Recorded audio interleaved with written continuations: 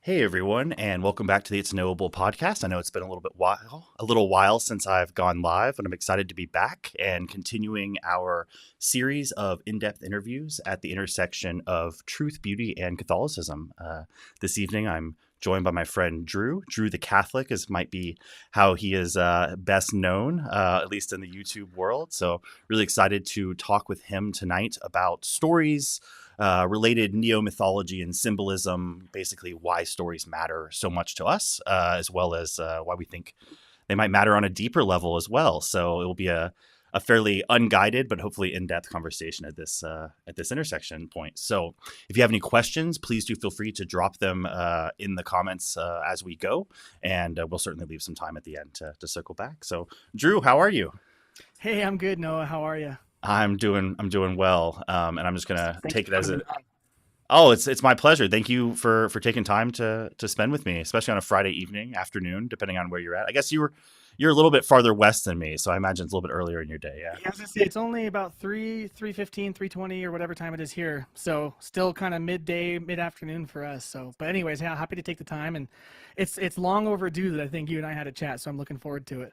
Yeah, definitely. And I think that talking for an hour about this subject will not only be insufficient for this subject, but I think you and I also have plenty more to talk about. So I know we've toyed with the idea of doing a conversion story at some point. We can certainly dive into that maybe at a later date. But Sure. for those of the audience who do not know who you are, can you just give a little bit of an introduction, who you are, what you do, and that can be answered however you'd like. Yeah, so on the YouTube universe, I'm known as Drew the Catholic. I do all sorts of Catholic related content. And usually I do the laziest content I can in my spare time, which usually ends up being some sort of interview, or just like reaction to something recent that's happened in the Catholic world. A lot of discussions with people who have converted or people who are kind of looking into Catholicism. I've had a couple conversations with Protestants that are pretty interesting. So yeah, that's mostly what I do in the YouTube sphere. Professionally, my wife and I own a video production company in our small town in Western Colorado. That's awesome. So I knew you were in production, of course, but I didn't realize that you and your wife ran that company together. How did Yeah, y'all get into she's business editing that over together? here right now. So Oh, that's awesome. yep. Yeah, she got started with me. She actually was a park ranger at a national park, and then when we were dating, I had a wedding to film and I just needed a second shooter and no one could do it. So I was just like, "Hey, here's a camera. Here's how you set your shutter speed and your aperture and let's just go." And then she got a bunch of really good shots and I'm like, "Hey, you should do this now." So that's kind of how it started, and yeah, I think we're 5 years into the business, so That's it's kind of amazing. cool. Yeah, I it's love fun. that. Well, I Yeah. love hearing about it. I know that a lot of people say that are surprised to hear married couples working together, but my wife and I have had sort of similar things, not in video production. Well, I guess in video production, but more on the either pre-production or post-production side with respect to writing work. That both my wife and I kind of that's our overlapping trade, so to speak. So it's always Nice. encouraging for me when I hear other people. I'm like, we're not the only crazy couple that actually work together as well as spend time together and Yeah, it's stayed nice, right? together, right? Your whole life is unified when you work with your spouse. Mhm. Um, it's really cool. I enjoy it. So yeah, yep. I do It's a good. too. Yeah, I was surprised in a sense. Like, not, I know this is kind of outside of the scope of our conversation, but I was pleasantly surprised with how well it went. And Nice. Yeah. yeah, no, it's great. It's great when it works out that way. So I know you work in production, but tell me a little bit how you I don't know fell in love with storytelling. And I imagine it started at a much younger age, right? Long Oh before you were yeah. professional. So yeah, Oh tell us yeah. about your love of story. How did that happen? It's kind of funny that I even ended up in video production because I actually studied English literature and theology. That's my double major, one Oh, bachelor's in English, one in theology. And as you can imagine, there's a lot of philosophy, but also a lot of like storytelling, a lot of literature study in that. And mhm. that really just stemmed from like as a kid, I was into story. I was really into Star Wars, really into Lord of the Rings, really into like video games with good stories, like Kingdom Hearts, Halo, that type of stuff.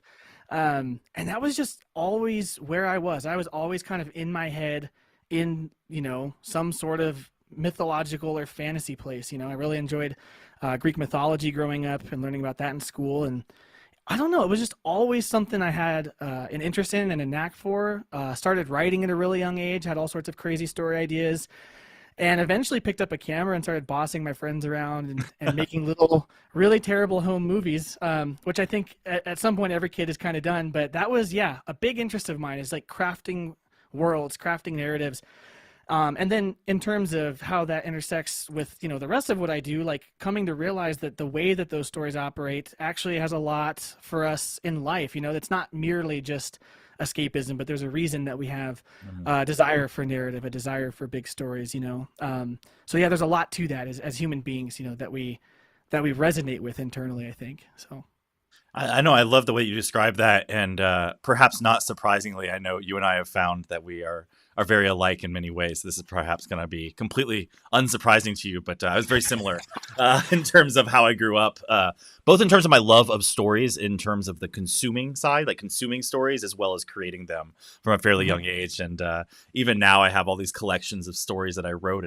I think before I could even properly write and type, that I would like dictate to my mom when I was super Oh young, yeah, and then as I kind of got amazing. older, I started drawing. My mom is a fine artist, so she very much focuses on, drawing, sketching, and other things like that. So I grew up Right. in that environment, and it was really cool. It's just so interesting to me when I hear other people with that background, and I know it takes a meandering path in terms of where you ended up professionally, but I think that's inevitable, especially with creative fields. But we live in one of the best worlds ever, I think, for creatives, in the sense that it's never Oh been yeah. easier to apply our trade, right? Apply these crafts to professional things. And I know I came from a writing background. I mean, that was my, as a freelance journalist, advertorial copywriter, and sidestepped into video production from the Mhm. writing and project management side. But it was very much a natural pivot, and I love that because I feel like I hear that so often. And I was an English Oh major yeah. as well, so Especially all the today, as parallels. creatives rule the world. I think there's this misconception that, like, if you're an artistic type, that you're just destined to starve and never be fulfilled. But that can happen on one end, but on the other end, creatives really rule the world. I mean, like, if you think about all of the most compelling products you buy, the most compelling things that you think about politically, the things that you think about spiritually, the things that you spend your time on, watching at the movies, all of those are usually done, put forth, and propagated by really creative people who have learned to not, have like the starving artist mentality, but learned that, like, I mean, ultimately, like, creative power is kind of the driving force of everything. At least that's my perspective on it, because it's like I really had that for a while where I'm like, oh, how am I going to do this in a way that's fulfilling? And for a while the answer was like, I'm not. I'm just going to work some like really boring desk job and write on the side. But then when I realized, like, actually, wait, when you realize that, like, this is the heartbeat of our humanity, then if you're someone who has a knack for it, it's actually like your biggest gift and your biggest skill. um, so yeah, it's interesting, like what you say. It is the best time to be creative, I think, and it's the most free time. There's also the most competition, but there's no shortage of viewers, I think, as our little YouTube community is proving, right? I mean, there's so many Catholic content creators that are just starting, some that are blowing up, and um, I think there's enough for a lot more people to come to the table and create. So it's a cool time in that regard. Yeah, no, absolutely. And oh, it's so encouraging, and I think that that's something that I've encouraged a lot of people who are creative, who are struggling, and to kind of figure out how exactly, excuse me, how exactly to apply their skills to a creative profession. I always encourage them to try to think a little bit wider, think a little bit broader, like take a step back, think about Mhm. opportunities to apply those skills to related or sort of fields that are, I don't know, overlapping fields. Because a lot of times there's industries Right. like video production, right, that it needs a lot of writing, it needs a lot of content. Oh, it's everything. Yeah. Oh, I was getting the weird mic sounds as well. Unfortunately, I was hoping that it was only on my end, but Dom just said he's getting some weird in. So we were getting some popping kind of from the mic just the last minute. I'm not Interesting. sure. Um, I wonder if that's mine. I can try and tweak something over here, but yeah, I'll yeah, it just came back. It's kind of like a drumming or a popping. huh.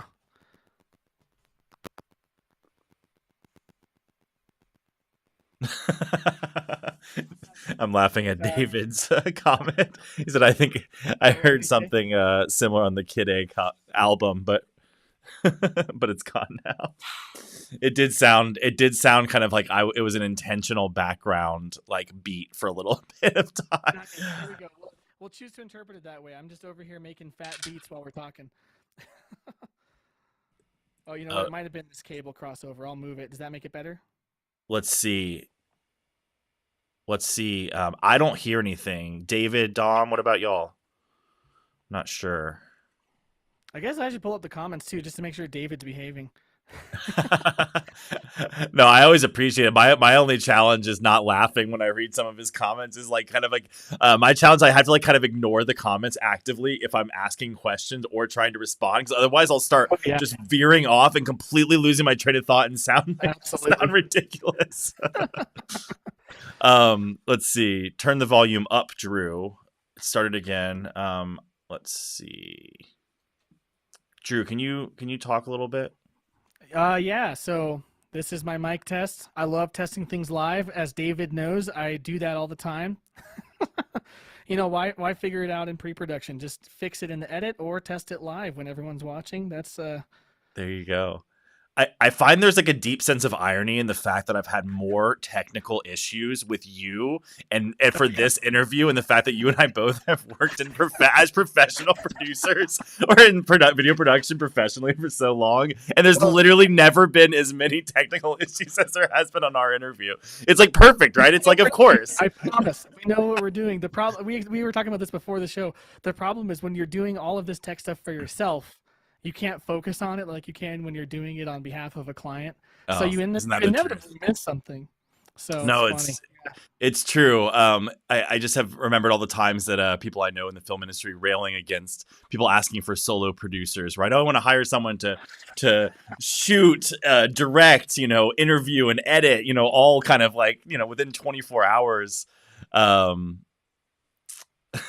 this is the problem. I read David's comment as I was talking. Hating what you're saying, David, we gotta block you just so that we can get through this episode. No, But no, make it's sure okay. you I'm gotta moving. I'm moving it to my side screen, so I have to like actively look. Before it was like too easily noticeable. it's too So easily noticeable. I love yeah, it, so man. That's so so David funny. can continue, but I'm sure he'll derail me at some point again. I appreciate it though. It's good, It's but yeah. So let's just go back a little bit to we talked about you fell in love with storytelling at a young age, right? You consumed stories.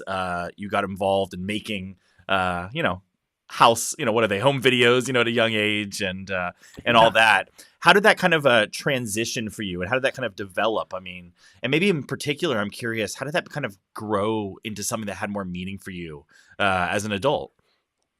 Yeah, I think it was just always there as like my main interest, and it expressed itself in different ways. Like I said, like it was video games for a while, but for a lot of people, their video game addiction in high school was like Call of Duty multiplayer. For me, it was anything with a really good story. And I just always found myself, yeah, deeply entrenched in really massive epic stories, especially like stuff like Lord of the Rings or like Halo or like Marvel. I wasn't always a huge Marvel fan and still kind of not my favorite thing, but that type of scale, I guess, was always something I was just captivated by. And I think what inevitably happened is as I started taking my faith more seriously in high school and got involved in young life, I kind of realized like, well, hey, if this Christianity thing is true, like I think it is, then we're all kind of caught up in an epic story as well. And that just became, I guess, I don't know, a really powerful thought in the sense that like life has meaning when there's a narrative structure to it.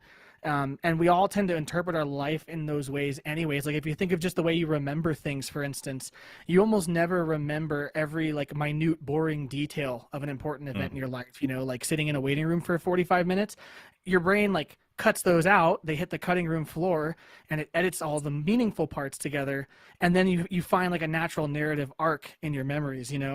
And I think that the human brain just interprets things that way, and there's probably a reason for it, and we're gonna, I'm sure, talk about it, the philosophical implications of that. But even just practically, like that's just the way our brains work. It's the way that we compel ourselves. It's the way that we compel other people to do things, and it's in a lot of ways, like if you look at like Joseph Campbell, um, some people started to think that that's the way that humans can grow or like endure large amounts of suffering or focus on character growth is by thinking of yourself in like a narrative arc, right? So I think just as I was like studying in college and started, studying philosophy and took a basic psychology class and was studying literature and theology, like all of that kind of came together, and I'm like, oh, story is, I mean, literally the center of almost everything we do. There's a story behind it, and when there's like a really bad story, we lose interest. If the marketing campaign's bad, the product doesn't sell. If the movie has a lot of plot holes and the structure is flat and like no one watches it, and it's like some really bad C tier movie that no one remembers. I think it's the same way with our lives, honestly. Which I guess to say one thing, there was a book that made this apply directly to my life, and it was a Donald Miller book called Blue Like Jazz. I know it. Yeah. Yeah, so I read Blue Like Jazz as like a really angsty freshman in college, and I was like super into coffee and like jazz music and vinyl records. And then I read that book and it was just like, oh yeah, this is like the vibe of my life. It was just so, kind of brooding and like a Christian version of emo, I guess if I could say that. Like Donald Miller's thoughts were really like self-reflective and kind of angsty and Yeah. sentimental. Yeah. Definitely. And then, yeah, his next book was A Million Miles in a Thousand Years, and it was like when they made a movie about his first book, and they were telling him like, "Hey, we need to make this a better story." And he's like, "But this is my life. Like, what do you mean?" And the second book is about how do you live a better story, so it's kind of like learning stories and things like that. Ultimately, if you know Donald Miller's story, he went on to apply those same principles to business, like what's the story of your business and the story of your customers. And so, I mean, just his life and his work impacted me in that way, outside of all the stuff I was studying. Of like, this has direct implications for like how I live my life, how I view my story, and how when I'm stuck, I can actually use those tools to like go forward. If I know, okay, this is the part of the narrative arc I'm in, what would happen next? Like, what is that in my life? So it's more than just like fun things that we read for entertainment. It really is important, I think, to our humanity that we tell stories. Yeah, it's such an interesting thing because I certainly believe that, and there's lots of reasons to believe that as Catholics.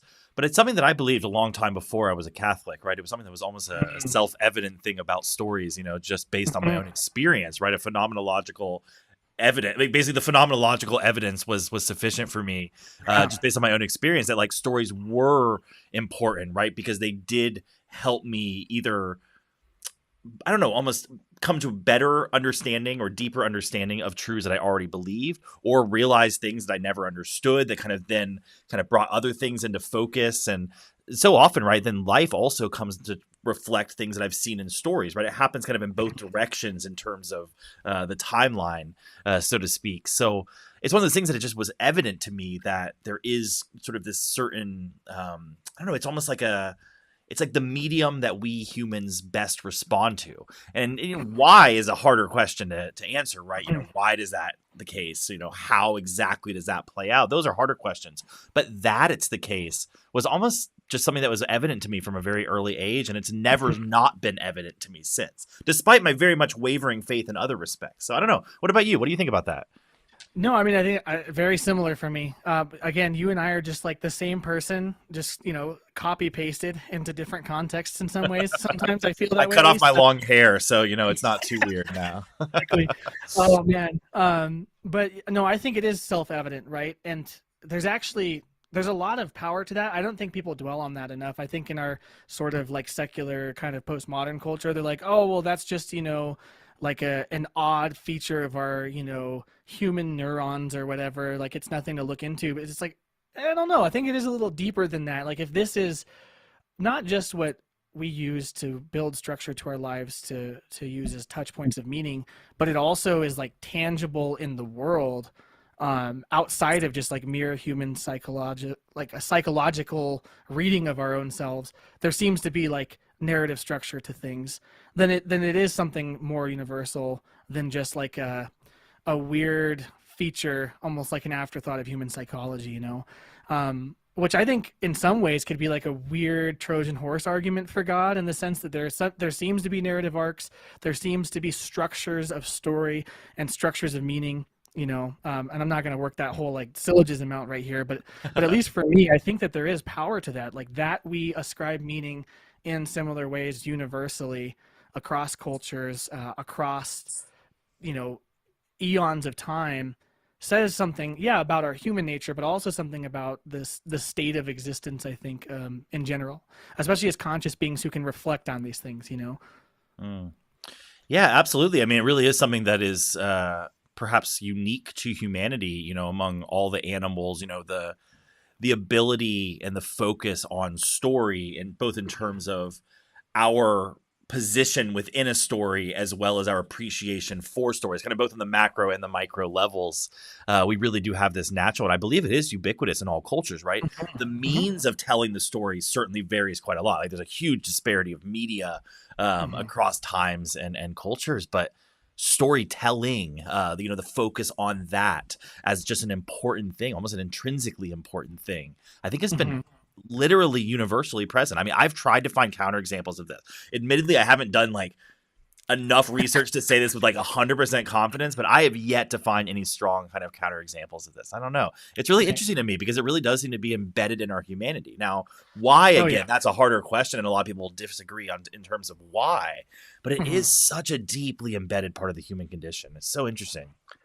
Yeah, well, and I think furthermore too, like when we when we look at stories, when even if we're, I mean, in the ancient world, a lot of the stories they had were their religious myths, and obviously, like as Christians, we wouldn't agree that those are factual, but they're still really interesting to look at as, as myth, as that category of story, which is like formational and didactic, and also explores those, sort of psychological constructs. In the modern era of literature, you had a lot of people who were like, oh, mythology is really stupid and ancient, and that's for cavemen, and we're sophisticated, so let's try literary forms that are not following those same archetypes and rules. And like, yeah, they're cool, but let's be honest. Look at what's selling at the box office. It's modern mythologies, right? It's Star Wars, it's Marvel, whether you love it or hate it. And like I said, I'm not like the biggest Marvel guy. No offense to anyone is, but there's a reason it sells, and that's because it's not entirely blamable on people just like not being sophisticated enough to understand ivory tower academic literature. It's because those structures are so universal to our psychology that they're understandable to people who like don't speak the same language, kind of like you were Yeah. saying, across cultures and mediums. Whereas like really weird esoteric 1920s poetry um can be hard to understand. Like I think about T.S. Eliot, you need like 3 master's degrees in literature to understand what he's talking about, and you got to be a polyglot. Right. And I And mean, you're I still love not really T.S. Eliot. convinced that people Yeah. understand them even then, right? You're still like a little unsure, like Yeah, maybe they're just yeah. faking it. Yep. I had a literature professor tell me, she's like, don't become a literature professor. And I was like, why not? She's like, because what you have is a bunch of people who think that they're worth millions of dollars, making about $40,000 and living and talking like they make millions of dollars. And none of them understand what they're talking about, but they all like to pretend they do. And I was like, okay, so not going to become a literature professor. Um, and then she told that to the whole class. And then she said, except you, Drew, you probably could do it. And I'm like, what does that mean? um, no, Yeah, but I don't know how to take that either, but I talk like I know what I'm talking about, but don't know what I'm talking about is what she thought. No, but all that to say, like there was an era where we tried to make literature something other than that, and I think that there's still value in that. Like I like some of those stories, but even the books from those eras where we like deconstructed those formats that are still around today, actually still follow it to a degree. Like I think like some of the weirder stuff from like the modern era, like no one on the street knows about. But like when I say The Great Gatsby, everyone knows that because it's still like it's a story about the modern era, but it still follows a lot of the common narrative things, even if the ending's not it's not mythological in any sense. There's not like a hero, but it still follows a lot of those narrative arcs that are inherent in every story. Hmm. I think that's why figures like Joseph Campbell came along and Carl Jung and started saying, hey, there's something universal about these archetypes, for instance, that are even in stories like Gatsby. You can like find some of the psychological archetypes, just not as in direct of a way, and not as in like straightforward of a way as you would in myth. Absolutely. Just started it just like the last couple seconds started getting some popping again. I don't know. Oh man, yeah, I don't know. I guess But it was the great for a universe while. is against us. Yeah, all of us film tech nerds not knowing what we're doing. No, I'm sure it's something silly on the eCam, like it's just something with all the Yeah, wires and connections, but it may have gone away. And it really was good. I mean, your answer was entirely clear. It was just at the I very, wonder very if it's end. this cable as it like dips. That could be it's getting some crossover. It definitely It got definitely worse has, like just a now. crack. It got worse just now. Yeah, just now, just like the last 10 seconds, it got worse when you were That's really messing with weird because I didn't touch anything. I don't know if it's on my end then because I set that down and then I haven't touched anything. Um, you know what? Let me unplug this. Did it go away? it. It did not. Okay, Wait, no, it did not. it did not. Okay, I am not sure. And I tried turning off my mic there just a second too, just to see, and it still was popping even after my mic was Yes, that's off. probably my mic. Trying to think if there's a quick way for me to switch mics. Am I Apple headphones over there? Yeah, I was gonna say even iPad. Okay. Okay, everyone take notes. This is really sad. I'm about to go from a $400 mic with a $1,000 audio processor to free Apple headphones. You're just too fancy for Ecamm. Ecamm is just rejecting. Oh And man. Dom's unsubscribing. No, Dom, unsubscribe from Drew's channel though. It's Drew's technical issues. I don't think he could hear me, which makes it even worse. I was just talking behind his back now because I think he was he was off audio when I was saying that. Oh man, I think it's coming back. Dom, do you hear that again? Oh, maybe not. All right, I'm getting none of it now. Okay, can you hear me? It's a little quiet. Okay. But there's no feed. There's no popping, but it's really quiet. Okay. I can't control the gain on this. Okay. No. Is there any Is chance? it better if it's like right here? It is better. Yeah. Okay. Well, here's what I'll do. I'll just move this. Thank you. I appreciate it. Downgrade. This feels like such a downgrade. No, it's okay. Well, I mean, that's why, I brand it as a podcast. So, but the challenge with that is that it's all it's like audio focus. But it's okay. And then let's see. I'll change my output to these two. That sounds great, by the way. It got loud all of a sudden. Okay. Okay, let's see. Can I hear you now? Can you hear me? Oh, I'm going to have to keep these on. Okay, I'm going to have to keep these on. The mic is down here. I literally have to wear headphones within headphones. This is... Whatever. So I can just I can clip this as what to do in a pinch. It's like low budget production hacks, 101 with Drew the Catholic. Like, I'm just going to completely retitle this, right? It's like a completely different stream than we thought. Yeah. Oh, look, but Dom says it's much better, right? All it took was your Apple. That's so depressing. It pains filmmakers deep, inside to have to do this too. So it's like, totally. The irony is rich, right? Oh man. I admittedly don't know where exactly we were talking. I mean, I know we were talking about actually, you know what? I think one thing I can do to get us back, because I remember just recently we were talking about archetypes, and just we were talking about the universality, right, of storytelling and archetypes. And I think it's so interesting because I was wondering, just in preparing for this a little bit and thinking about this topic, why is Tolkien so impactful to so many people? And I think even people outside of the Catholic world, right? Like we Catholics, it makes sense, right? He's a Catholic. He wrote it like an openly, explicitly Catholic story. It's deeply, symbolic and richly layered, and it makes a lot of sense. But it's such a powerful story to so many other people, and I think the reason is just those archetypes that we were talking about, right? You see the Jungian archetypes in them. You see all sorts of different mythological parallels with kind of Greeks and Romans. And it's just interesting because it kind of connects to those universal themes, which would make sense, right? Like in terms of our view of truth. There's sort of like the fullness of truth, but I mean, various other paths to partial truth, right? And so we're going to see evidence of truth in mythology. It doesn't mean that these mythologies are entirely true exactly as they're said. It just means that there are truths that can be gleaned from them. And that's kind of an interesting way, because you were talking earlier about mythology and kind of the utter rejection of it. And it's interesting because in my own life, I grew up very much kind of classically minded, almost was a classics major before switching to English myself, and loved those stories. And then kind of went to the other extreme where I was like, they're just stories that just kind of help people process emotions or experiences. And then now I've kind of almost evolved to this next level where it's this almost like a deeper appreciation for the layers of truth that can be found in those stories, even while, of course, acknowledging kind of factual inaccuracies and kind of fantastical elements, obviously. Lest anyone think I'm being too wild here. But it's interesting. I don't know if you've had any of that sort of intellectual progression with respect to myth. Yeah, I think so. I know one big We're getting a lot of feedback. Sorry. Getting feedback. Oh man, yes. So sorry. It was like drowning you out. Is that better? No. No. It's as soon as you start talking. Do you have echo cancellation turned on for me?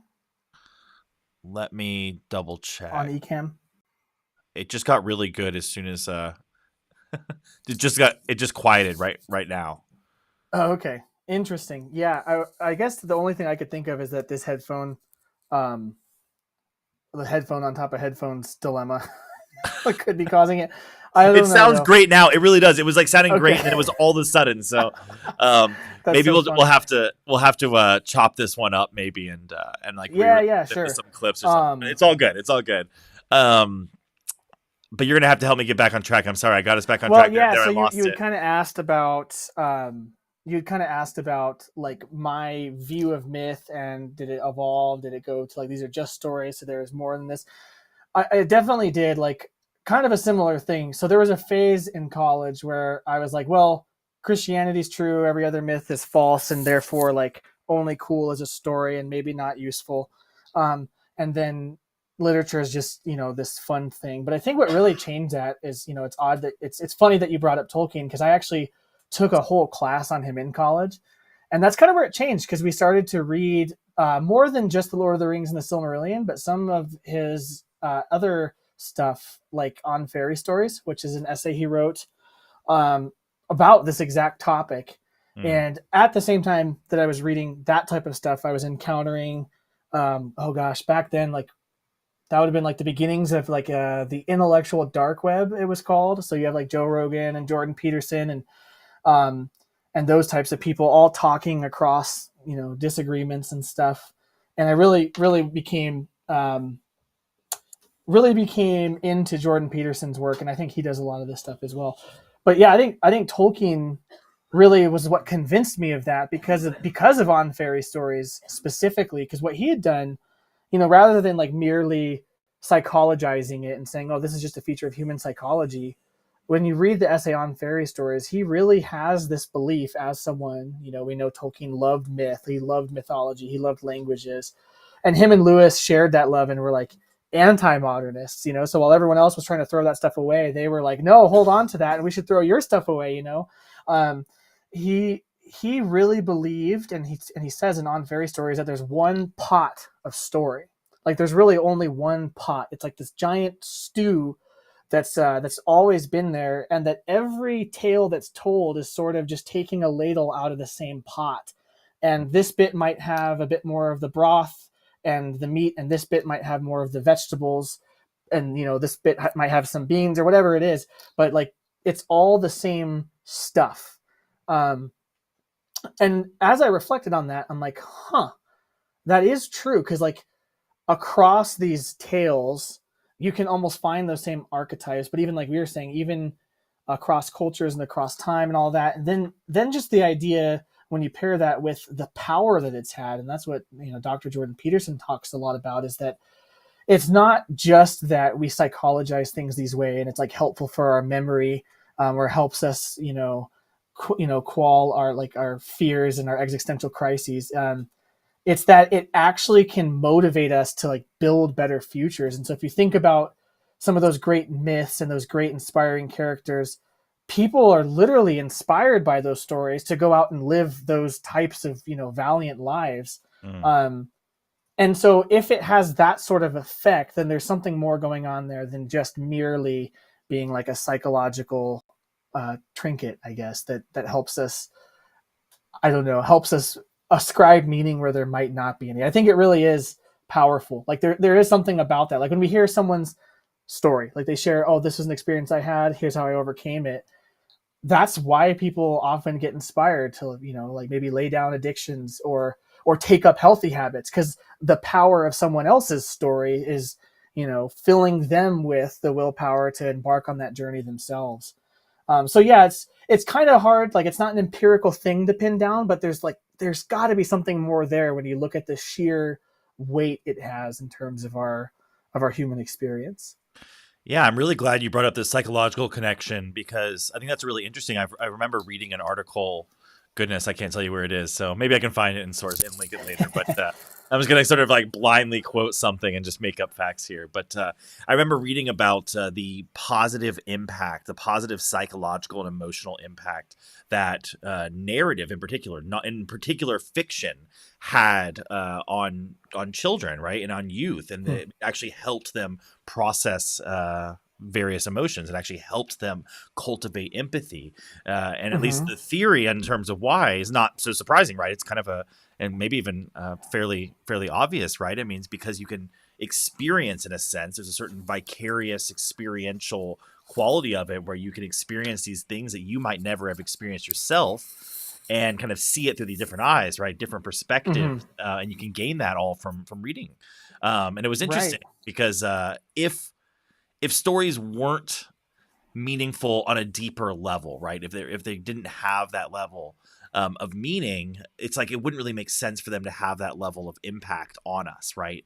It's almost Right. like if they were just this fictional, fantastical thing that was completely separate from reality, I guess is what I'm saying. Like, sort of, yeah, it Right. points back to it, maybe it reflects it, but it's very much just sort of a descriptive thing. Mm-hmm. That would almost like not really make sense. But the fact that Mm-hmm. it actually fuels reality in a sense, it Mm-hmm. benefits reality by using this. It almost like lends. I think it probably points to what you're describing, that shared pot that we're all kind of Yeah. pulling from. The stew. Sorry, David, we're talking about stew again. Um, Yeah. but David, why aren't you talking about stew? That's the real question. Why aren't you talking about stew at dinner time? They must not have stew in Canada. No, I'm just kidding. I it's just got to poke fun at David. okay, the Yeah, weather I think that's. turned, but I, I think something else too that like to kind of finish Tolkien's whole view, and this is like what was really like empowering for me as someone who valued story in on fairy stories, which like really everyone should go read. It's such a beautiful essay.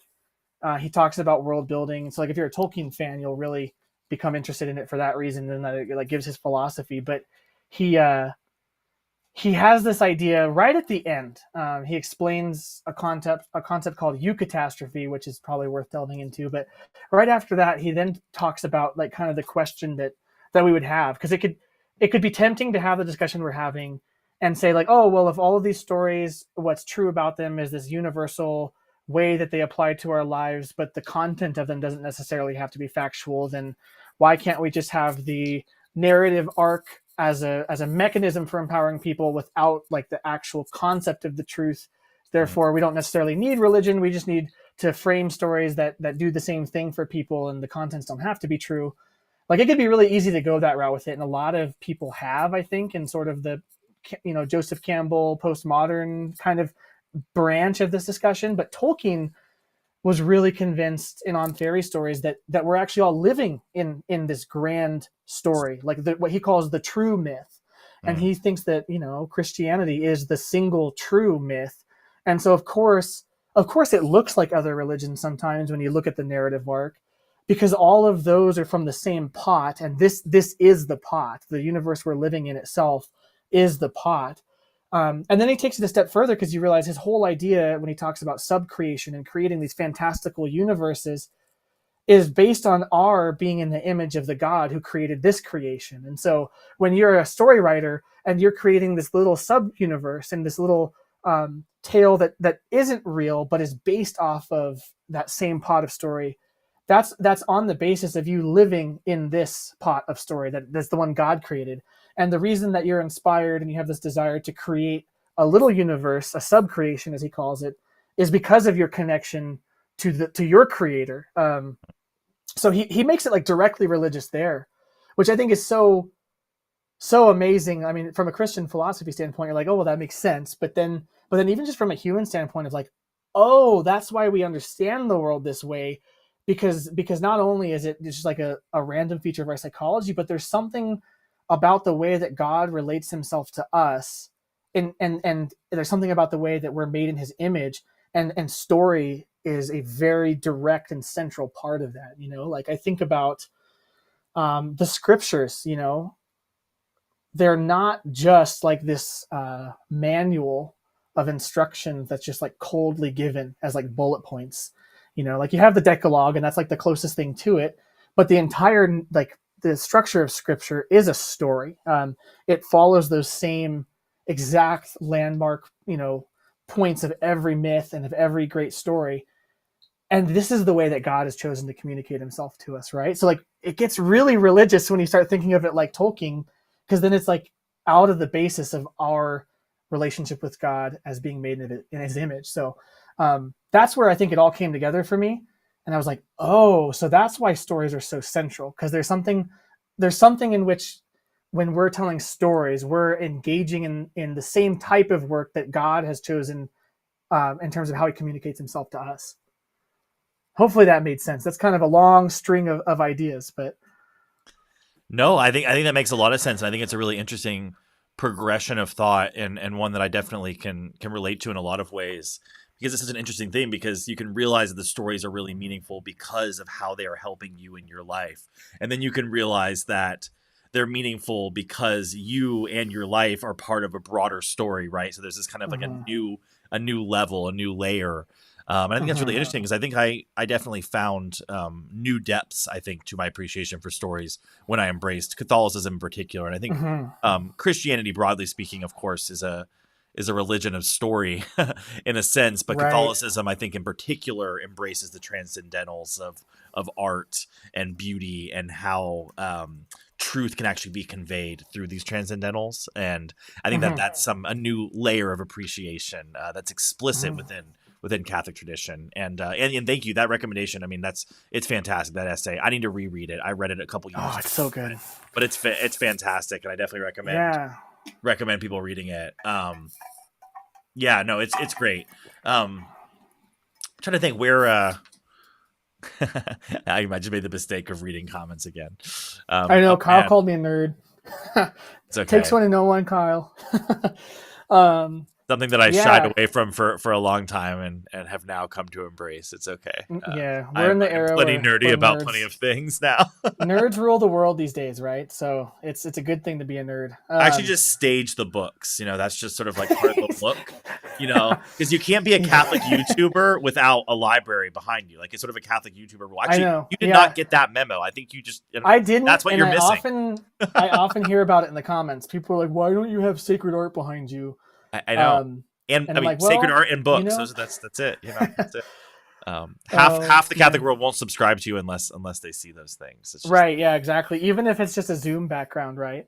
Um, oh that's man. so funny.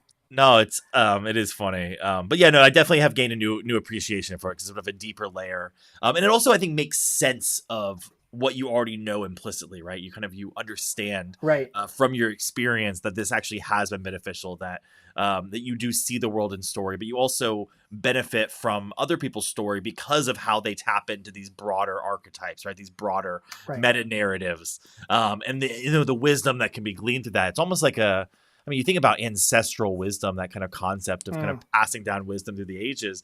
More often than not, maybe I would argue always, that happens through story of some sort or another. I mean, because stories can be absolutely. true or fictional, right? We're not talking so particular. We're talking much more broadly. So Right. it's just a fascinating thing, how much truth is passed down in story. And I mean, I'm someone, I guess, comes from a more creative background, so it doesn't surprise me. But I've always leaned into fiction in a sense. I think I've learned as much, if not more, from fiction as I have from nonfiction as a result of that. Because Right. nonfiction tries to tell you what's true.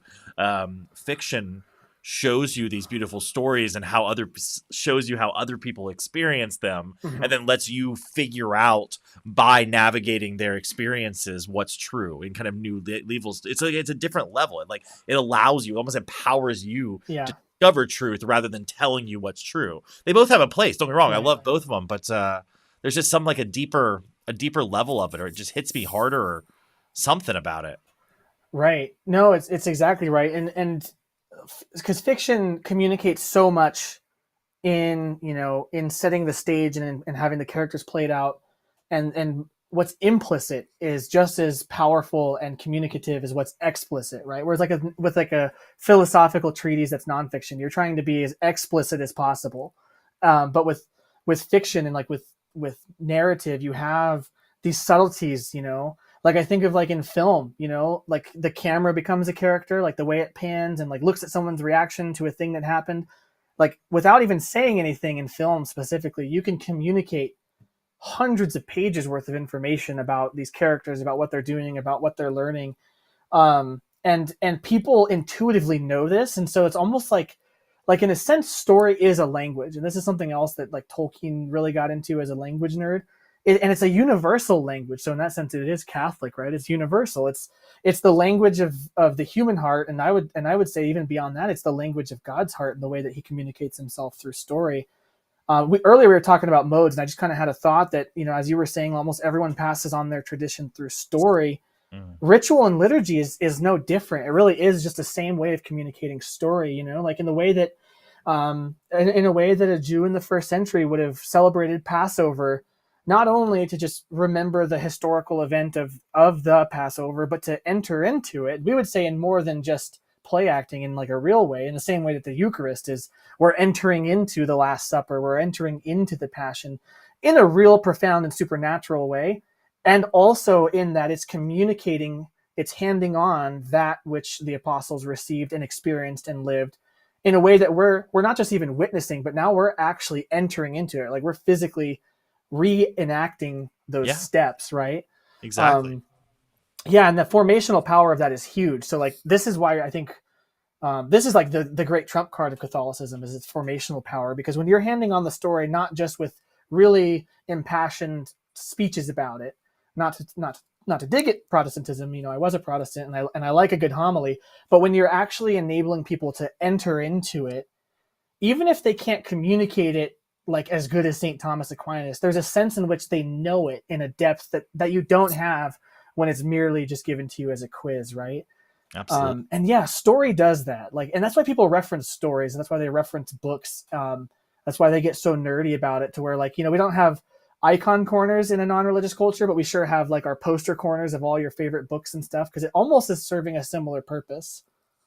Absolutely. I mean, I just think about it in so many ways, right? Because I mean, we're of course in creative, media industries, but you hear it all the time in things like marketing, of course, right? Like Mm-hmm. story is everything in marketing, kind of compelling, crafting a compelling narrative.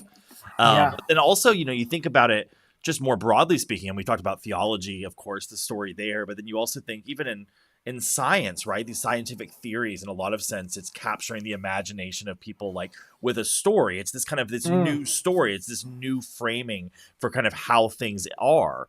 And I'm not Mm-hmm. trying to say that it all is reduced to story. I'm not trying to like reduce it to just that. Mm-hmm. But I think it is also that, if that makes any Mm-hmm. sense, the distinction.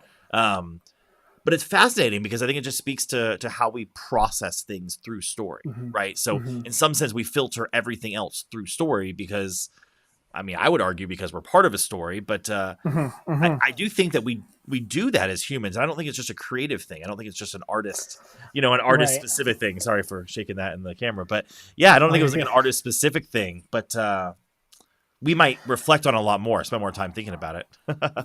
Well, think about it too. Even if like even an accountant who's like balancing a book, they're not merely like, if there's, especially if there's a problem, because every story starts with a problem. If you're Mm, an accountant and you're balancing the books and something is not adding up, it's not just, oh well, okay, no, now you're like detective mode. What's the story here? What happened? Like there's something. And that's literally a colloquial phrase, like what's the story behind what happened with these numbers? Oh, it's money laundering or whatever it is. Oh, I mean, it could be as simple as you didn't use the right account, and then that becomes just a correctional thing at work. But everyone has this sense in which their work, or they have this need, I think, maybe your work doesn't, but they have this sense in which they need to be a part of a story. They need to be a part of it and activated in it. And even like the most mundane routine things, like there are movies written about those people, and whether it's like the detective motif of like a forensic accounting thing, or it's something as grand as like some epic heroic narrative. Like we all have this need to feel a part of something. mm. Yeah, yeah, and that's where narrative becomes powerful, and it becomes helpful in like motivating yourself, I guess, to do that. I Sure. don't mean that as just like a cheap psychological trick, like I've been saying. Like there is really something there, that's more than just like biohacking yourself through like narrative, I guess. Yeah. Hopefully that's making sense. No, it's making a lot of sense. It's just It's making me getting think. really meta. It's making me think about so many things, right? Yeah, we're just gonna end this conversation with everything is story. Yeah, it's a whole story, man. Yeah. Although I do sincerely feel that way sometimes. Like it all comes back to Mm-hmm. story. Like I can't help but when you Mm-hmm. start thinking um, in those layers. But Yeah. hmm, trying to think where to. Well, it's funny. It made me think of so many things that are going to be all Right, kind of right, like right. hour-long conversations I know. on their own. So I guess what I want to maybe dig into a little bit about is just why, I don't know, what stories in particular, like what meta narratives, if you will, or what kind of overarching themes particularly Hmm. resonate with you. Because one of the things that kind of jumped out at me when you were talking most recently is that in different ways, and I imagine different people at different times are drawn to stories that they can relate to. And then I think they're also drawn to stories Hmm. about people that are very much unlike them, whether because they wish that they could be like them, or because it's almost just some sort of a vicarious um, way to kind of experience something that you'll never actually experience for yourself. Um, but then also, I think on the very positive side, I think what you were talking about, the motivating power of it, a lot of it's almost Hmm. like a rehearsal for something that you can do, right? Like you witness Hmm. someone struggling through something, even if your particular struggle is different. You're witnessing someone, whether you're reading a book or you're watching a movie, and they're in a Hmm. life and death situation, or they're, you know, in a major crisis, and how they handle it. You can start to parse through like what you would have done similarly, what you would have done differently. It's almost this like Right. weird vicarious rehearsal that you can start to apply to your own situation. So I know that I myself am drawn to different stories at different times. Sometimes when I'm actually in like darker places in life, I'm more drawn to like survival type movies and like thrillers, Yeah. like things like that. Like, because I like just like I want to kind of like, I don't want to be like blind to the fact that I'm in kind of a darker place, but at the same time, like it's kind of like nice to see people like surviving just like hellish situations, Yes. like a good old war movie or something. You know, I don't know if I don't know where exactly I'm going with that, but like what Oh, draws yeah. you in about like themes, or what themes in particular do you particularly love? Man, I feel like it's exactly what you said. It does change with different points in my Yeah. life. And I guess to continue being a nerd, like Tolkien even addresses this in on fairy stories because everyone's like, oh, stories are escapist, especially like fairy stories, right? But he says they are escapist for the exact purpose of drawing you out of your situation long enough to be refreshed so that you can go back into it with new vision. Yeah. Um, and Yeah. that's exactly what you were just saying. And that's why we're drawn to different stories at different times. Because if you're feeling like daily life is survival, then of course, survival narrative is like, okay, maybe I'm not actually on an island alone, like fighting bears with a stick. But if, like, what are the principles behind what that guy did? And how can Exactly. I somehow apply them to my life here? It can be helpful. I think lately, um, huh, I've been really, so I've always been into horror movies, but only good horror movies, of which there are a few. I'm And picky about mine as well. I'll watch them, but I'm yeah, very picky. yeah, I'm very picky because most of them are just garbage. They're like cheap thrills, you know. Yeah. But Yeah. horror in specific, and I remember specifically, like I had a couple moments, like a couple seasons of my life in college and in high school where I was pretty depressed, Mm. and I always really liked horror movies when I was really depressed and numb. For one simple reason that I pinpointed, and it's that what makes a horror movie horrible is that there is something good that's under attack, and I always would come away feeling like life is good and precious and valuable, which is maybe the opposite of how some people feel when they listen, like read, watch horror movies or read horror stories. But it really has always made me go, the reason horror works and the reason it can be, I think, good is because it forces you to realize and take account of what's valuable about life, right? Yeah. Um, in the same way, like big epic narratives do a similar thing in terms of like defending what's good. This is why we all love the big hero's journey stories, because they always start with like life as normal, and then something ruins that. Someone has to rise to the occasion and defeat the big bad guy, and then life back to normal, but with some renewed sense of completion. So like Lord of the Rings is an example of that. But for me lately, World War II movies have been huge. Like Mm. I've really been into World War II movies because it's kind of it's historical in the sense that, like, wow, people actually lived through what essentially is like a perfect 3-act movie.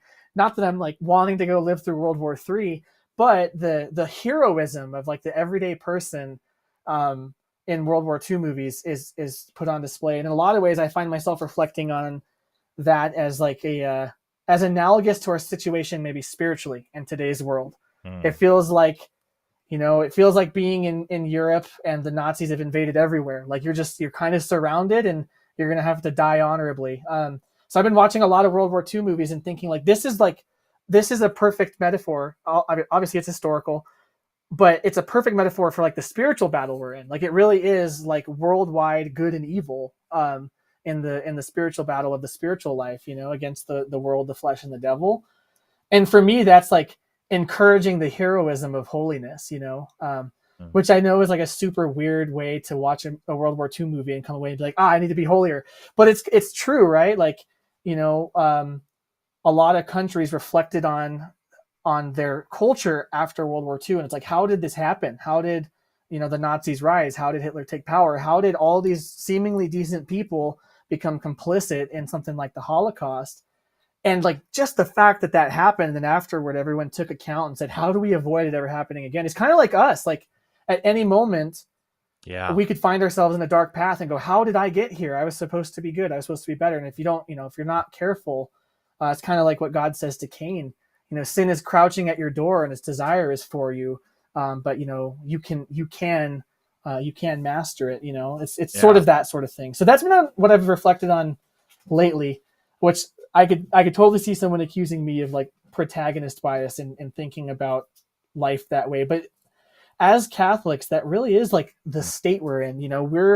We're the army of heaven. We're the church militant, and well, not the army of heaven, but we're the church militant. The army of heaven is behind us, and we're in like a spiritual battle. And it is important to view it that way without getting so caught up in it that like you're trying to have an exorcism on like your neighbor's cat or something. But to at least take stock of this is a great battle that we're in, which I think is encouraging, and it motivates me to be holier and to be on mission. So that's Well, kind of what I've been thinking on lately, I guess. well, you and I are way too similar. I've also been on a war movie kick. So I have to ask you: is the reason you're on a World War II kick because Netflix got Band of Brothers and you watched it again? No, it's actually not. Okay, because that's what happened to me. Is that what Is happened to you? Netflix Yeah, got Band yeah, of Brothers, and I was like, man, I haven't seen Band of Brothers in years because it was always on HBO, and I yeah. watched it years ago. And then I I watched didn't it, even and know then it I was went back back and on. watched like 3 other war movies since I finished Oh it. man, So yeah. I've been When on a did big they? war kick, but Well, maybe a I know month, what I'm doing two tonight. months ago. So yeah, you're welcome. Yeah. Also the Pacific is as well. I haven't Oh, finished the okay. Pacific, but it was also by Tom Hanks and whoever else was it Yeah. Spielberg who did the Band of Brothers, right? I think. Oh gosh, I don't I mean, it's definitely remember. Tom Hanks who produced it. It was just with him Right. with somebody else. I can't remember, but in any case, yeah, Band of Brothers is on and on Netflix now. So you're Yeah, welcome, I'll have to go everyone binge watch watching. So that. you had to watch an hour in to get that little bit of that gold nugget, but No, I think the most recent one I watched was a couple months ago now. It was The Darkest Hour. It was a Winston Churchill movie. I don't know if you've seen that one. It's I really haven't. I epic. know of it, but I haven't seen It's it. really, yeah, it was really good. And then of course all the recommendations come up, and there's like a whole series of Netflix World War II movies, some that are better than others. But Well, and if that you want, one was really good. oh, So sorry, yeah, no, that's good. The darkest hour, is that right? I think it's called The Darkest Hour. Yeah. Yeah, I And think you're that's cool right. because it's like geopolitical. Like you're seeing not just like the gritty, you're not really seeing the gritty like war side stuff. You're seeing the other side of like the people, in London, and then obviously Winston Churchill, who's like, how do we deal with this? So that one was really good, yeah. And then there's a couple on Netflix that are like related to the espionage side, which is always really cool.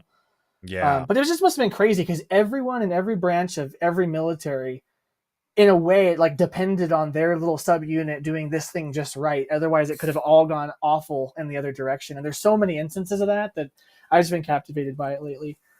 Well, if you want to jump back a world war, All Quiet on the Western Front, the Netflix one, the German net, Oh, I've heard it's it's good. fantastic. I finally watched it. Yeah. I was kind of delaying, dragging my feet, just because I knew it was heavy. Right, you have to be in the right mood for that kind of movie, and it is bleak. Yeah.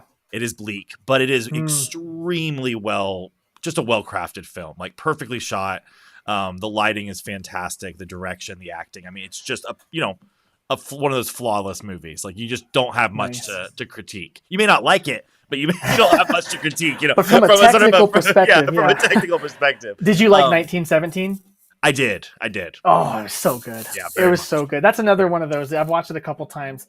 Mhm. And yeah, just Roger Deakins, what a guy. The cinematography is amazing. And I've watched so many behind the scenes videos on it. They're just like, how did they do that? And it's always, Hollywood is always insane. Like the amount of effort and money and like production quality behind stuff. When you see just like some of the things they did for the lighting on that movie alone, it's like, I wish I could play with some of those toys, but man, Oh, I At know. that level, it's insane. I can't afford to break So them though. Is the problem, right? that's Like, right. That's right. uh, Yeah, my insurance doesn't cover that. no, goodness. Oh, that's so funny. Yeah, David wrote about being sympathetic to the men shouldn't cry bandwagon, but if a man watches the entire Lord of the Rings trilogy without shedding a single tear, that is objectively disordered. Yes, I And I agree. agree. I agree. I I think there's agree. probably World War II movies or some of the other ones, right? Like Saving Hmm. Private Ryan. Like if you can watch Saving Private Yeah. Ryan as a guy and not shed a tear, like I don't know. I don't know. And he's I don't probably know a if we're that. sociopath. Yeah, like I Yeah. don't know that we're that close. I don't know. Like Oh I'm man, sorry, right now especially. half my friends are like, yeah, I didn't cry, I man. didn't Like cry, what? man. Bro, I totally didn't cry, bro. Like Yeah. whatever. I'll cry with a group of guys in that movie, man. I can't help it. I'll Oh be like, yeah. kind of sniffing, rubbing my eye, pretending to yawn. You know what moment of Lord of the Rings always gets me? I just read the books last summer. I Mm. was reading on the back porch with the pipe in hand, as you should, and I got to the moment where Gollum betrays them, betrays Mhm. Sam and Frodo, and Frodo has this moment where he's like looking into Gollum's eyes, and he has complete compassion on Gollum's humanity, I guess, so to speak, or yeah, I'll just say humanity. Hobbits, close enough.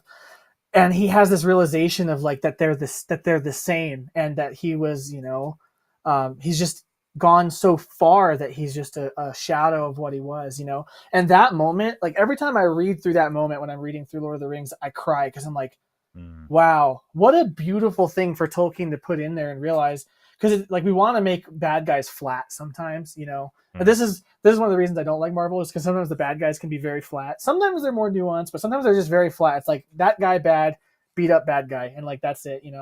But when you realize that about Gollum, you're like, oh wow, that's like so true of all of us. That we could just as easily be Gollum as we are, Frodo, and Frodo almost was Gollum.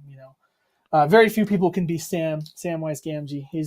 He's the goat, but um, No, you're right, yeah, right? Because sin's power is corrosive, right? Like you were saying, he yeah, becomes a shadow of himself, and Frodo recognizes, like, yeah, maybe Gollum's further along, he's farther down that right. path, but man, can Frodo imagine himself? And again, the power of story, right? That's like a story within a Hmm. story to get really meta, right? Because Frodo's Yep. like imagining, you know, himself in Gollum's story, right? And then we're reading Hmm. about it and imagining ourselves in both of Hmm. their stories, but that's the beauty of it, right? Because the layers of truth and the way that it reflects reality, even in spite of being an explicitly fantastical story, like a fantasy based fiction. It's Yeah, beautiful. It's yeah.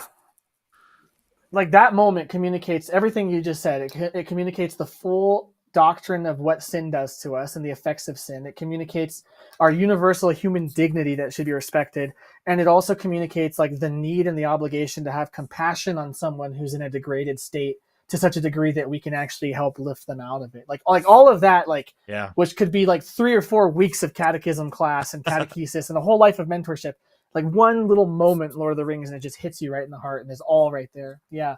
Yeah. No, Only story can do that. yeah, really. And different mediums, right, can do it in different ways. Like film Hmm. can really draw you in, but it's more of a drawn out experience, right? It's not a momentary experience. It's this kind of Hmm. slow build, multiple layers have to unravel. You have to watch it for a while, right? Like Right. it's a not a particular moment in time. Then you have like art where you kind of like look at it and you kind of take it in, and Hmm. then you kind of have the layers. It's just so interesting how the principles apply to all of the medium, but they're realized in very different ways, on that ground level of experience, Hmm. in terms of like a observer experience, right? And it's Right. so interesting. This makes me think, you'll probably appreciate this, but before I became Catholic, and I'm still very much, all of this still applies, but long before I became Catholic, I was obsessed with Oscar Wilde. And I was obsessed in Yeah. particular with The Picture of Dorian Gray, but I read all of his stuff. I mean, I read his short stories, I read his plays. I just loved him. I consumed him. I loved his writing style, his thought process, the whole nine yards. And as someone Hmm. who, very much went into the hedonistic route in my rejection of Christianity prior to my conversion to Catholicism, I kind of, appreciated the the aristocratic kind of Yeah. debauchery side as well, in probably ways that I shouldn't have. But that's kind of a tangent. But what I really should focus on is his preface, the preface to The Picture of Dorian Gray, when he talks about beauty, and he talks about basically Hmm. his it's his view of aesthetics, right? He was an aesthetic, that was his philosophy, basically Hmm. beauty above all else, but it was beauty for beauty's sake.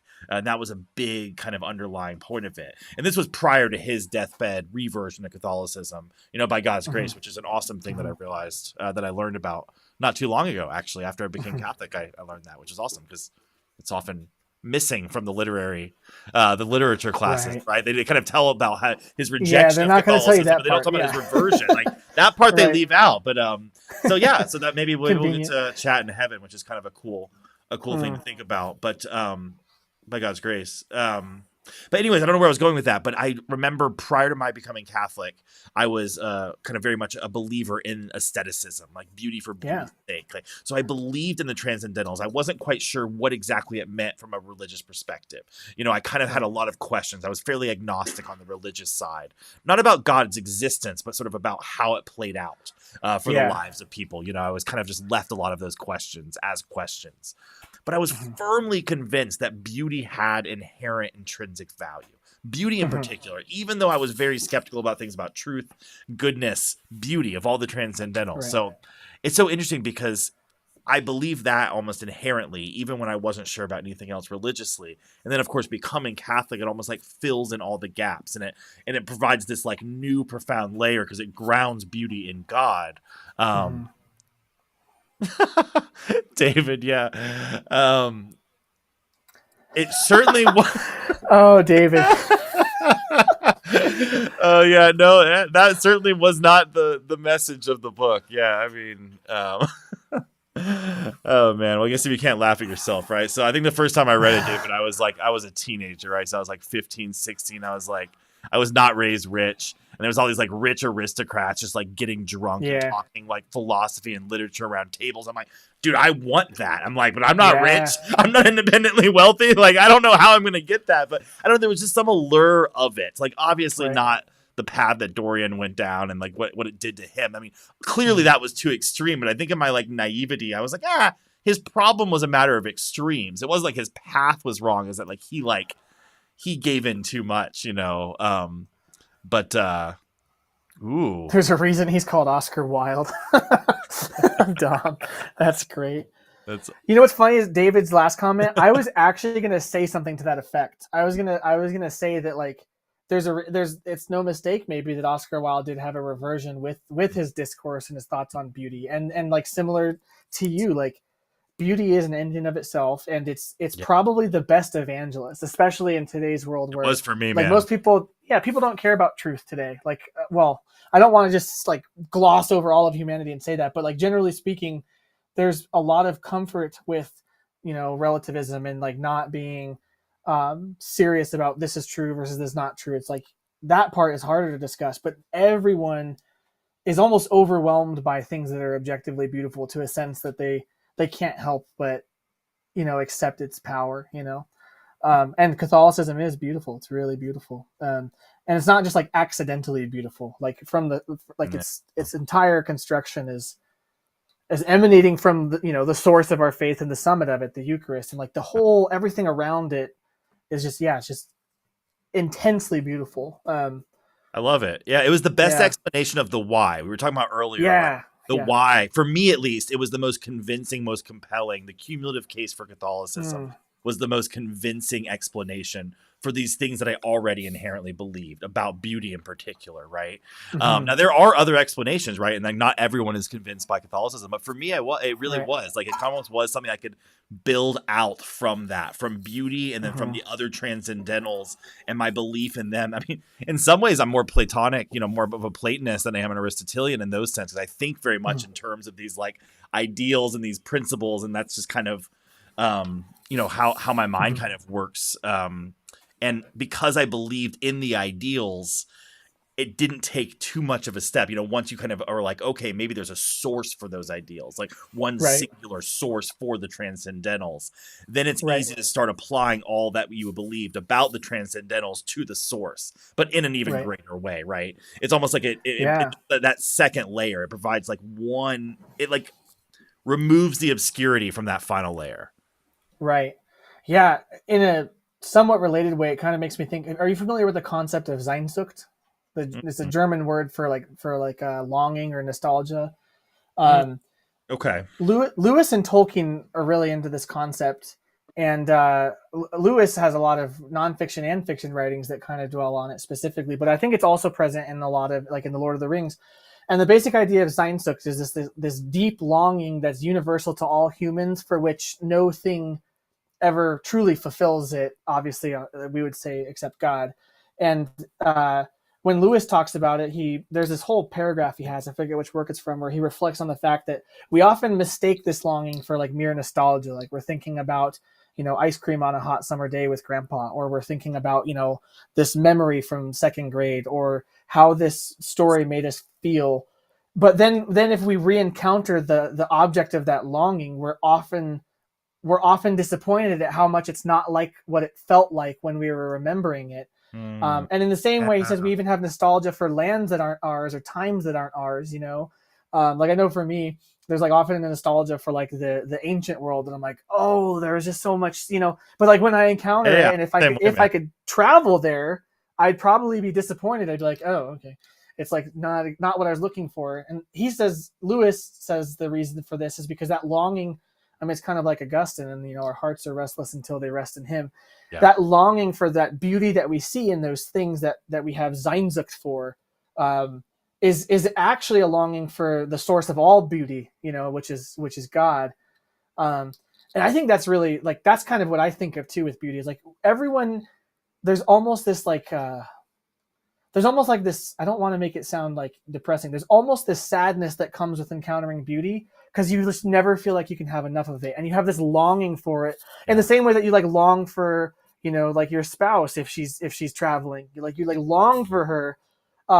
And so when we encounter beauty, there's like this deep longing we have, and it's leading us. I mean, right to where it led you, right? It's leading us to the most beautiful thing, the beatific vision of God. And yeah, so Sehnsucht, I remember when I first learned about it, one of my professors was a C.S. Lewis scholar, and he was all about it. And I didn't like it because I was like, oh, no, I don't like the idea that everything is like ultimately unfulfilling. That seems really sad. But like, it ultimately is kind of the case. Like, if we're trying to make something temporal as fulfilling as God is, it's not going to work. Like, we know that. But even just the reality that is true of all of us. We all have this deep longing for which no thing on earth fully satisfied, even if being drawn to it, it seems like it would. It always falls short, and like that almost as a drawl of the beauty of the thing necessitates that there's a more beautiful thing that we're actually longing for. Yeah. So, anyways, that's the whole Sehnsucht tangent, I guess, because I found that it's so relevant in terms of like when I have these longings for like a different time, or even for this time and this place that I'm in to change, or like or these desires for these things.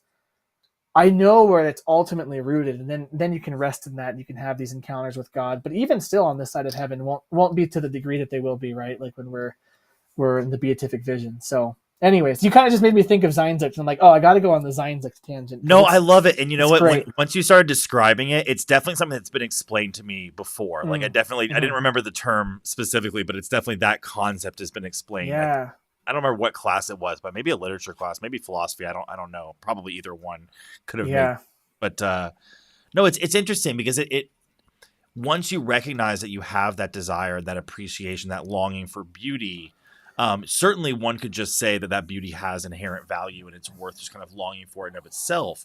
But then if it is indeed grounded in God, and if you do come to believe Mm-hmm. that, to me it provides this deeper, richer kind of intentionality behind the pursuit of beauty. Mm-hmm. So rather than just kind Mm. of relegating yourself to this general appreciation, this general longing, there becomes a more of an intentional, like this guided, particular way to pursue it, and this sort of reason Mm-hmm. to express it. And I don't know, for me, it fueled my motivation for beauty rather than take it away, because Mm. it seemed to properly ground it in reality, if that makes any sense, rather than having Mm-hmm. it be this stationary, isolated thing that is certainly wonderful by itself, right? I sort of appropriately valued beauty already. That wasn't my problem. Right. My problem was I didn't have it kind of properly placed in the more general kind of grander order. Right. Once you do, all that proper valuing just then is kind of directed to God, like kind of reflected back to Right. God. I don't know if that Right. makes sense. I'm very visual, so I'm imagining I'm mapping out this thing in my mind. I want like a whiteboard to like draw Yeah. on or Yeah. something, but hopefully I made No, some I sort of can see sense. it. Yeah. No, I can see it. Okay. There's like the Cool. hierarchy of beauty, right? Like, and Yeah. it's like the source of it all ultimately comes from God, and things have a beauty that's proper to their own constitution, but it's still grounded in the beauty of God. But they Absolutely. have a proper place within that relationship. Yeah. No, I'm tracking with you. And I what is tend to it? think that like you as well. I'm maybe a different visual metaphor, but I'm always like thinking visual metaphors. So yeah. No, that's awesome. And I don't remember which pope. Maybe one of I think Pope Pius the 10th. Maybe I can't remember Pius the 12th. I'm not sure how many Piuses there have been, so forgive me. But is it the meaning of art, the purpose of art? There was a great encyclical written Oh on it, and it's yeah. fantastic because it talks a lot about exactly what we're going over. And unfortunately, I don't have a browser open, and I'm gonna The like not function of art. the Pope function of Pius art. the Yeah, Twelfth. it is Pius the 12th. Okay, good. I didn't. Yeah. I thought it was the 12th after I said 10th, so that's good. Yeah, and it's just fantastic. Like it's almost like the Catholic answer to Oscar Wilde's preface to The Picture of Mm. Dorian Gray. I mean, I feel like it's like aestheticism properly grounded in Catholicism. I don't know if there's any Mm. quotes that you want to read from there, but you're welcome to if anything stands out to you. It's a beautiful Oh, it's passage. actually pretty short. Yeah, I was just trying to pick through there. No, that's okay. I'll probably spend far too much time trying to Yeah, pick through okay, that fair enough. than I was gonna say just you're reading. welcome So, to, but don't feel pressured to. Um, oh yeah, man. no, it's good. That's why I kind of try to keep these conversations because otherwise, yeah, Mhm. presentations it kind of can go really really far. But one thing I wanted to say, like I know we're oh man, yeah, this is the problem. It also time flies talking about things that are interesting. So we're coming up on time here soon. But David asked a question earlier. I think it was David about video. I think it was video games in particular. I think he said games, but video games is what came to Oh. mind. And it's interesting. Where is it? Oh, any thoughts related to how, or any thoughts on how games are to subcreation and stories? It seems to me that games are more tied to the material and finite. Yeah, it's a Mm. thing because like if I'm understanding it right, and the way I'm understanding it, and David, please jump in if I'm misunderstanding it. But I'm kind of understanding it as like video games in particular, although I guess it could apply to other things. With And him, it's going to be board games, I bet. He's yeah, a real maybe. big board gamer. Yeah. Well, I can talk about either one. I Yeah, guess yeah, yeah. I nerded out more over video games, but I've definitely had my Go the video games route because that's what I'll relate to more too. Okay, cool.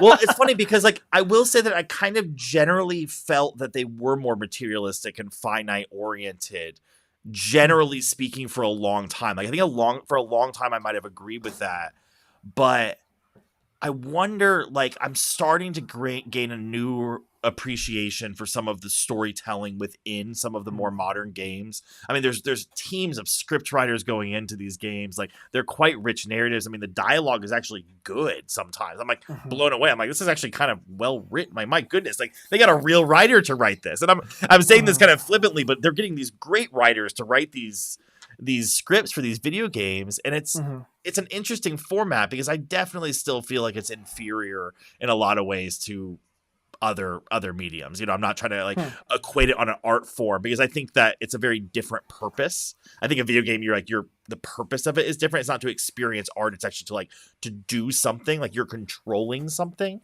I think that's like a very different thing than just experiencing art. Like there's the artist and the Hmm. audience.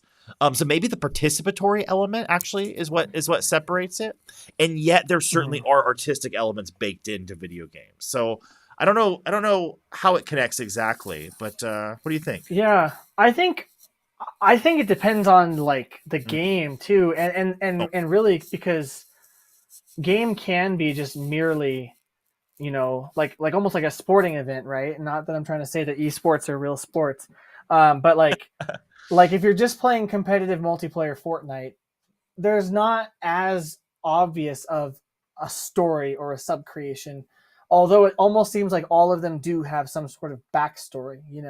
Like I hmm. think of League of Legends, for instance. Like Sure. most people only get into it because they get attached to the game as a multiplayer game. That's what makes them dive into the lore, but they still do write the lore. But the game itself, like for League of Legends, is mostly about like diving in, getting good at it and just like, owning some noobs. Like that's the purpose of it is Yeah. competition.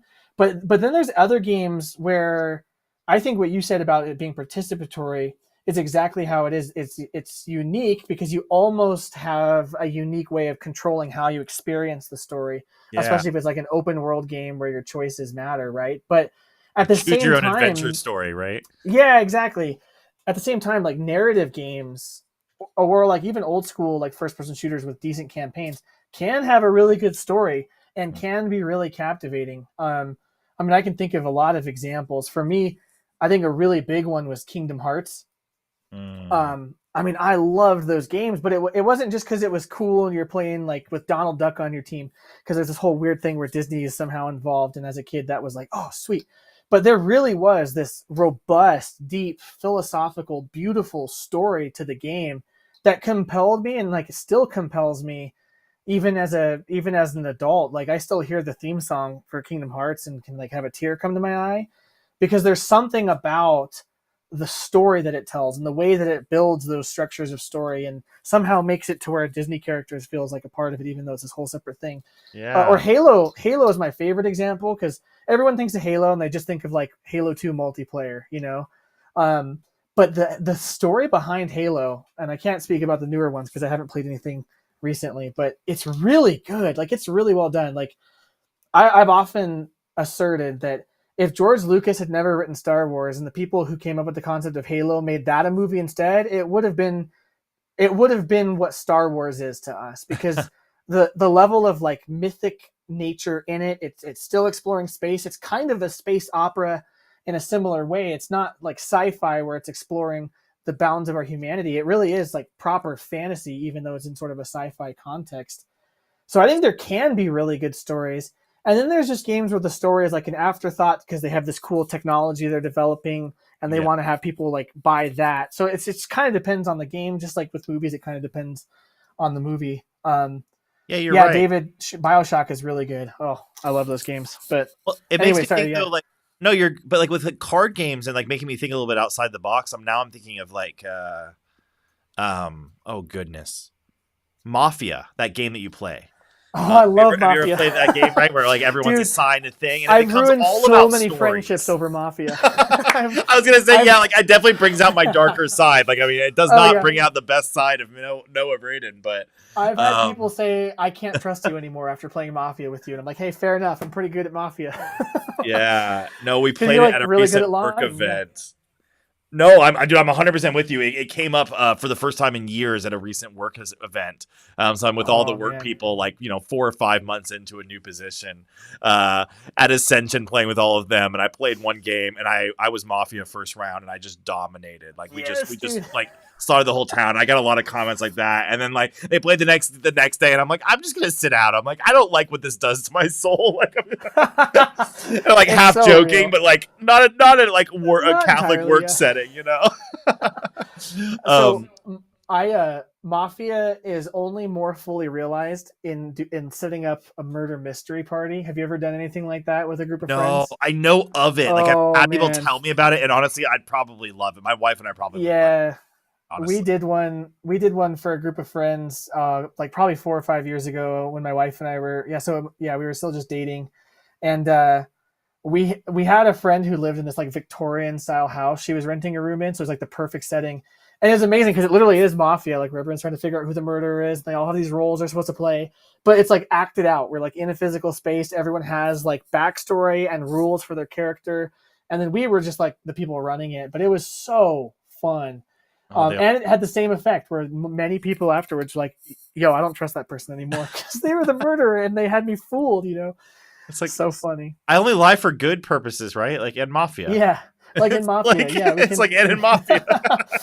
Like I'm otherwise Oh, trustworthy, I promise. When we're not playing Mafia, like come on, right. it's situational, right?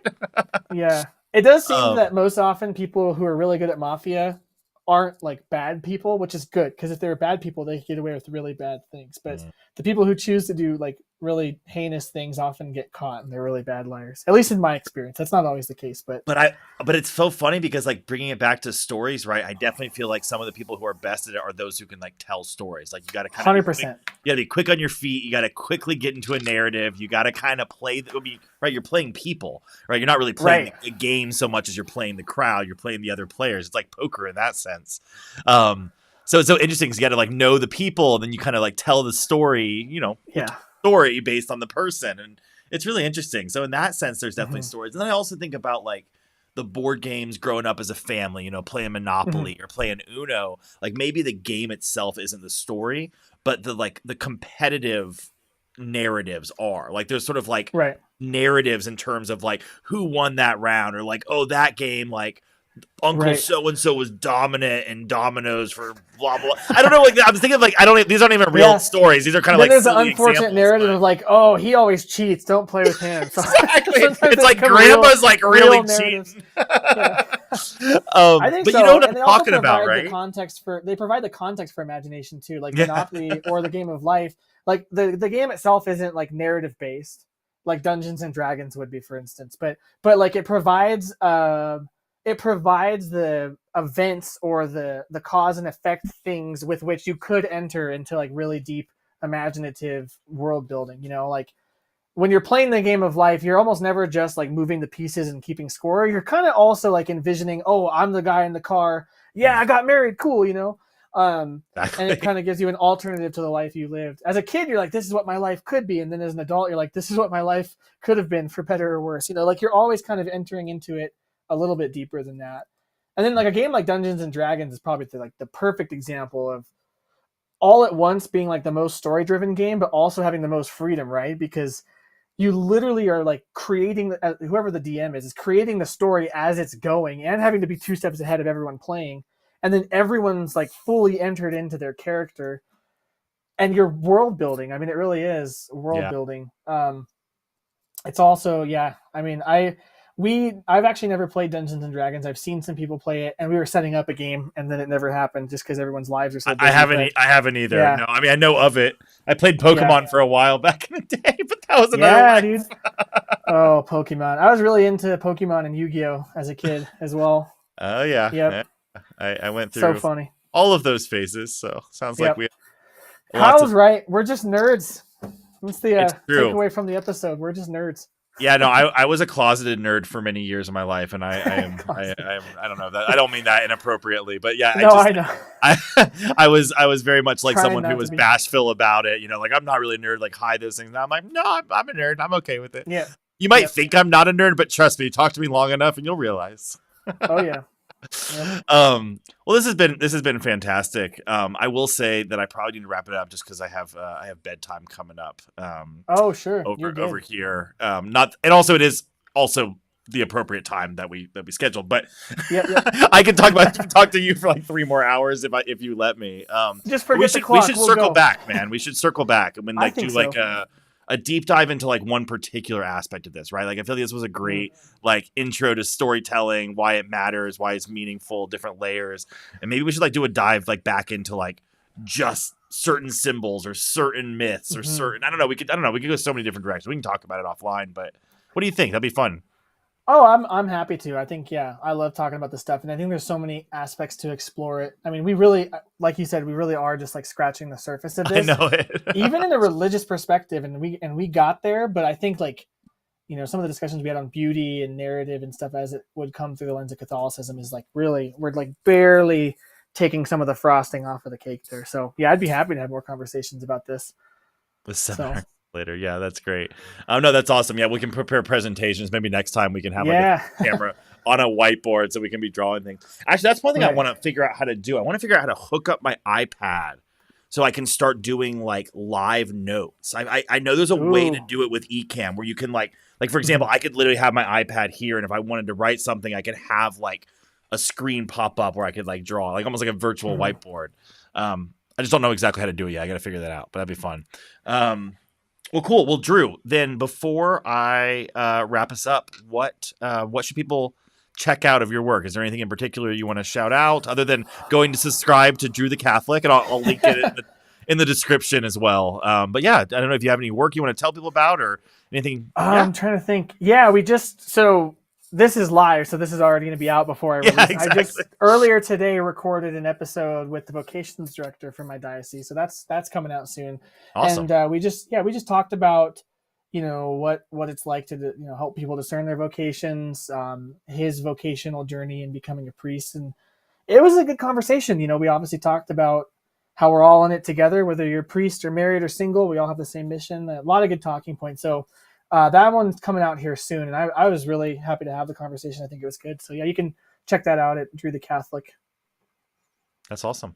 Well, thank Yeah, you, Drew. This is awesome. Clearly, this is something that we both enjoy talking about. yeah, So I look forward to continuing this. And yeah, no, thank you so much. And to everyone else listening, thank you so much for listening to this episode of the It's Knowable podcast. And I will be back soon. I have lots more planned, but nothing finalized in terms of schedule. So I'll be sure to announce more features soon. So, meantime, hope everyone has a good evening, and thanks again for tuning in.